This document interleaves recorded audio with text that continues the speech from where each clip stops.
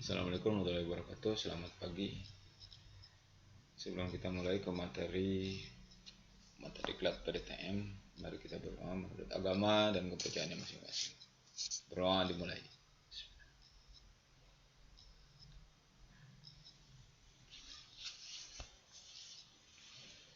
Selesai. Mari kita lanjutkan pembahasan materi PDTM, yaitu pembahasan tentang keselamatan kerja, pertemuan pertama atau pertemuan ke-1.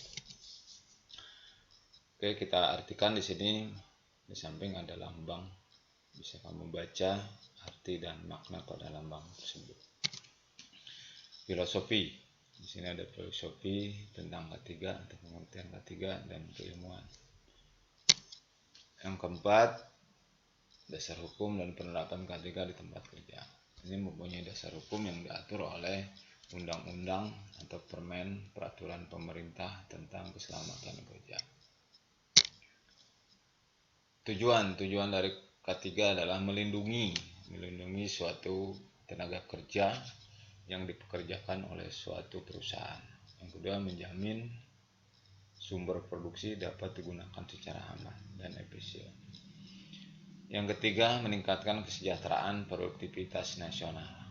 Artinya di sini meningkatkan kesejahteraan produk yang dibuat atau dikerjakan oleh suatu pekerja untuk produktivitas nasional. Insiden yang terjadi pada K3 adalah di sini pengertian kejadian yang berkaitan dengan pekerjaan, di mana di sini sering terjadi disebabkan akibat kerja ataupun kefatalan atau mengakibatkan suatu kematian. Yang pertama adalah kecelakaan kerja. Insiden yang menyebabkan cedera penyakit pada suatu karyawan. Near-miss atau hampir celaka, suatu insiden yang dilakukan oleh si karyawan yang penyakit akibat kerja ataupun kefatalan kematian. Ini piramid kecelakaan, bisa kamu amati. Poin 1, 10, 30, 600. Ini adalah penyebab kecelakaan. Yang satu, penyebab dasar yang dikabarkan kurangnya prosedur aturan, artinya suatu prosedur yang kurang diterapkan oleh suatu perusahaan. Kedua, kurangnya sarana yang atau fasilitas yang dimiliki suatu perusahaan. Yang ketiga, kurangnya kesadaran pada si karyawan dan para manajemen perusahaan. Yang keempat adalah kurangnya kepatuhan kepada perusahaan. Penyebab tidak langsung, artinya yang menyebabkan suatu pekerjaan adalah satu, faktor pekerjaan. Yang kedua adalah faktor pribadi. Penyebab langsung, artinya suatu kecelakaan yang disebabkan langsung. Tindakan tidak aman, kondisi tidak aman. Artinya di lingkungan kerja itu harus menciptakan suatu lingkungan yang aman, baik tindakan ataupun kondisi pada tempat kerja. Kecelakaan kerja, kontak dengan bahaya atau kegagalan fungsi. Kerugian bagi manusia atau si karyawan tersebut. Kerugian pada perusahaan, mesin dan kerusakan mesin atau alat yang digunakan di perusahaan. 3, material berarti gagal produksi pada suatu pembentukan sebuah benda atau komponen yang dibuat di perusahaan.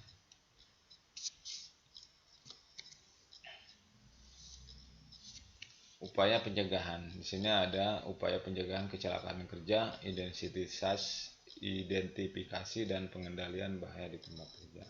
Artinya pemantauan kondisi tidak aman, pemantauan tidak aman. Yang kedua, pembinaan dan pengawasan. Artinya harus ada pengawasan dan pembinaan dari suatu lembaga pelatihan dan pendidikan, konseling atau konsultasi dengan perusahaan atau pada bagian pelatihan, pengembangan sumber daya manusia, sistem manajemen. Jadi di sini harus ada prosedur, penyediaan sarana dan penghargaan sanksi. Melanjutkan bahaya K3, pengertian sumber suatu ataupun aktivitas yang berpotensi.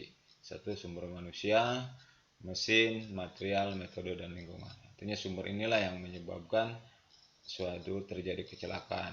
Yang pertama adalah manusia yang lalai pada suatu aturan yang dibuat oleh suatu perusahaan. Kedua adalah mesin, cara menggunakan mesin yang tidak mengikuti prosedur atau SOP. Material yang digunakan tidak sesuai. Yang keempat adalah metode kerja yang kurang baik. Yang kelima adalah lingkungan yang tidak mendukung. Inilah sumber-sumber yang menyebabnya terjadi kecelakaan.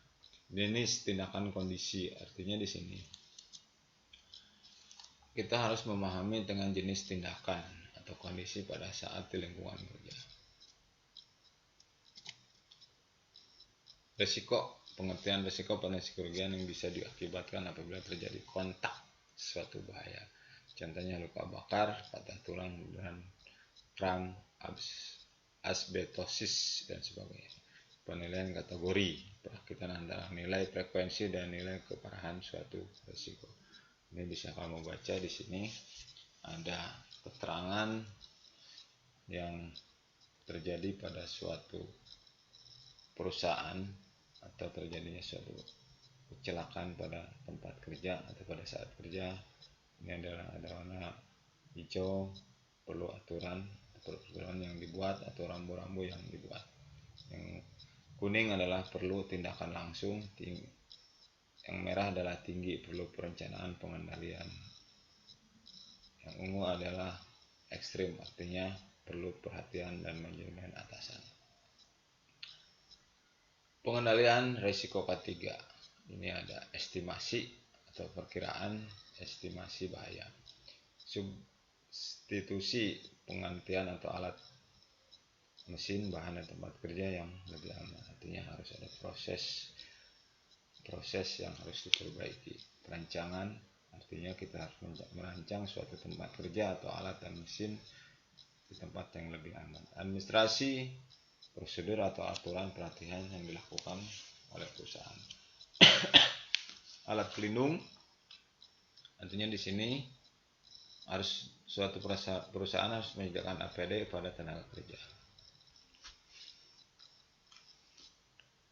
Budaya SR di sini adalah pengertian 5 SR. 1. Meningkatkan produktivitas. 2. Meningkatkan kenyamanan. 3. Mengurangi bahaya di tempat kerja. 4. Menambah penghematan. Dan 6. Menghilangkan pemborosan. Langkah-langkah penerapan 5 SR. Memilih barang yang diperlukan, artinya harus sesuai. Memilih barang yang sudah rusak atau dipilah-pilah, pemilahan barang. Yang ketiga adalah memilih barang yang harus dibuang atau tidak. Yang keempat adalah memilih barang yang sering digunakan atau jarang penggunaan. Rapi, menata, mengurutkan peralatan atau barang berdasarkan keseringan penggunaan.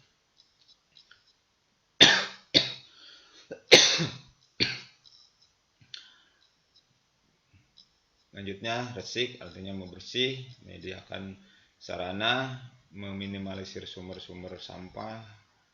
4. Memperbarui perbaikan.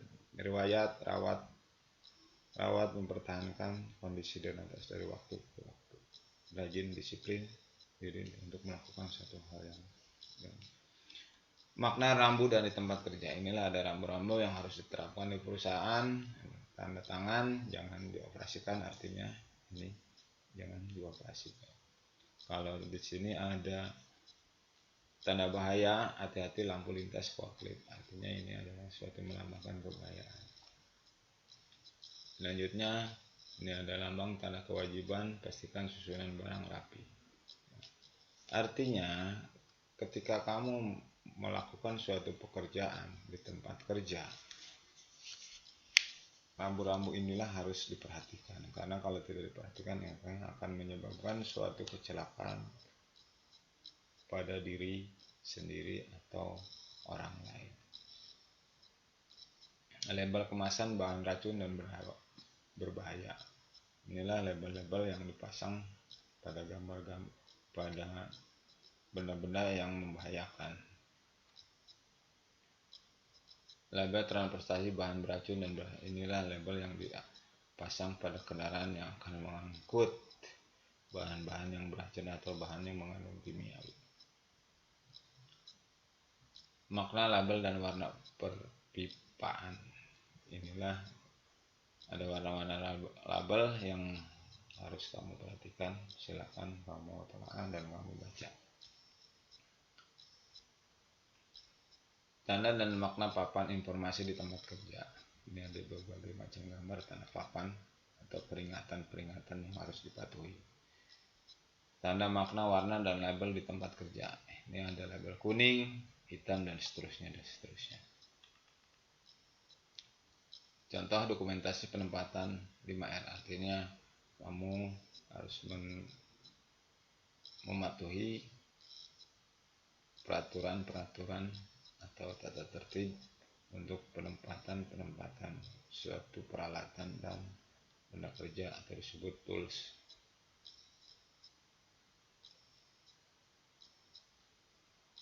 Lockout ini adalah suatu simbol pengertian dan prosedur umum. Pengertian suatu prosedur untuk menjamin mesin alat berbahaya secara tepat. Yang kedua, prosedur umum. Ini ada 4 poin: mengidentifikasi, mengisolasi, mengunci, memastikan keefektifan sosialisasi sumber energi. Izin pekerjaan berbahaya risiko tinggi. Izin kerjaan diperlukan dalam pekerjaan non rutin yang mengandung bahaya risiko tinggi di tempat kerja. Yang kedua, izin kerja bertujuan untuk memastikan bahwa semua kegiatan kondisi lokasi aman atau langsung untuk dilangsungkannya kegiatan pekerjaan berbahaya risiko tinggi. 3. Perusahaan izin kerja dilaksanakan oleh tenaga kerja bersangkutan dengan petugas K3. Pekerjaan panas, pengelasan gerina dan seterusnya. Ketinggian konstruksi, perbaikan di ketinggian di atas 2 meter. Listrik atau arus, galian, penggunaan alat berat, perbaikan tangki, perbaikan perpipaan dan ruang terbatas. Alat-alat pelindung bisa kamu amati di sini. Jenis-jenis alat pelindung APD. Yang disebut APD adalah pelindung diri. Kamu bisa amati di sini. Penyakit akibat kerja bisa kamu baca sini. Pengertian, contoh faktor penyebab penyakit, pencegahan. Kesehatan kerja, pengertian kesehatan kerja. Dasar hukum K3 kesehatan kerja. Ini ada 10 poin, bisa kamu baca. Ruang lingkup, ini ruang lingkup pekerjaan, bisa kamu baca juga. Tanggapan darurat, pengertian keadaan darurat, ruang lingkup, pelaksanaan dan tanggap darurat secara umum. Api dan kebakaran, ini pengertian api, ini simbol-simbolnya. Ini tahap kebakaran, inilah yang bisa kamu amati dan kamu baca. Metode pemadaman api, pendinginan, isolasi, dilusi, pemisahan, pemutusan. Klasifikasi kebakaran, ini kelas kebakaran, media pemadam. Padat non logam, berarti kamu harus menggunakan pemadaman air uap, air serbuk, kimia, dan busa. Yang kedua adalah gas atau uap cairan, alat serbuk yang digunakan adalah kimia, CO2, busa, dan selanjutnya. Ini adalah tabung pemadam atau AFAR, alat pemadam kebakaran. Di sini tabung pemadam AFAR bisa kamu amati. Hidran atau keran air yang disediakan, ini contoh-contohnya. Kewajiban